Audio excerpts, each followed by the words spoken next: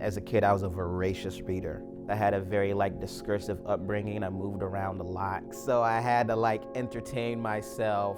I think because I read a lot, it enhanced my own narrative way of thinking, but also made me aware of a lot more going on in the world. I live in New York, in Brooklyn. It's a very vibrant, diverse, walkable city. I go walking every single day. It's part of my ideation process, and that keeps me energized and feeling inspired. Brooklyn, New York was considered a mecca because a lot of your freed slaves settled there and they built wealth.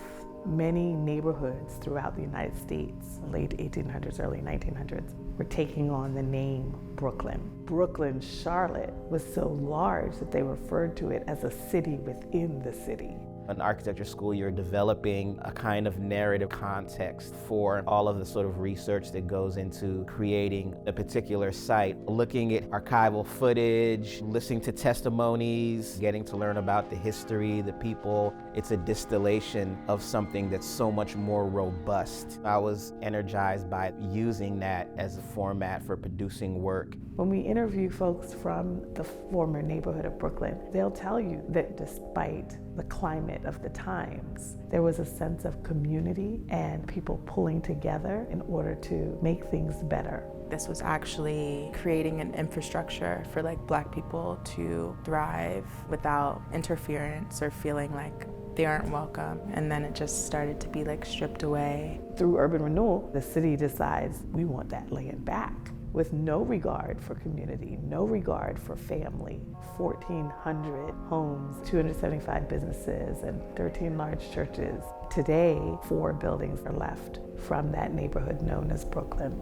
It's an illuminating process, but it's a bittersweet process as well, because you see how these communities were displaced. Again, my background is in architecture, so I'm always looking at schools, barber shops, grocery stores, delis, but also the relationship these spaces have to the community. And so it ends up being a kind of rich tapestry that combined all of these suggestive narratives that are already in themselves specific to the neighborhood. It's creating this moment of encounter. It's important work, but it is opening up wounds that we're having to look at and feel in order to heal. Being invited to engage with these spaces, you see very nuanced commonalities that extend throughout history, throughout the diaspora. That's a very beautiful thing to connect with.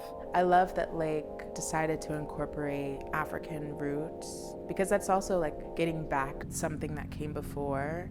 I would hope that it would feel like a symbol of resilience, and that the buildings that once were, they're still standing, even if they aren't. The project does draw you up.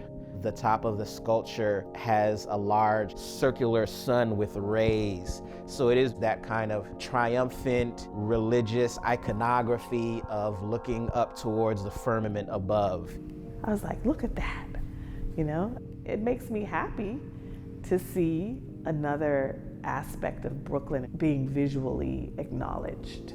We can show respect for the hurt that it caused, but more importantly, how can we reimagine what this could look like for the future? Looking at the trajectory through time and connecting that to the future is always central to my work. And also central to my background in history. I talk about Yoruba spirituality. We see time as cyclical. It's a continual cycle that we're having to do collectively. This going back, doing research, seeing what's happened in history is just going to fortify us for our future. And so for a project like this, I think it's important that people consider how they may engage with the history or the custodians of this history moving forward. So all the attendant programming engages directly with members or the descendants or the history of these communities as this area evolves over time.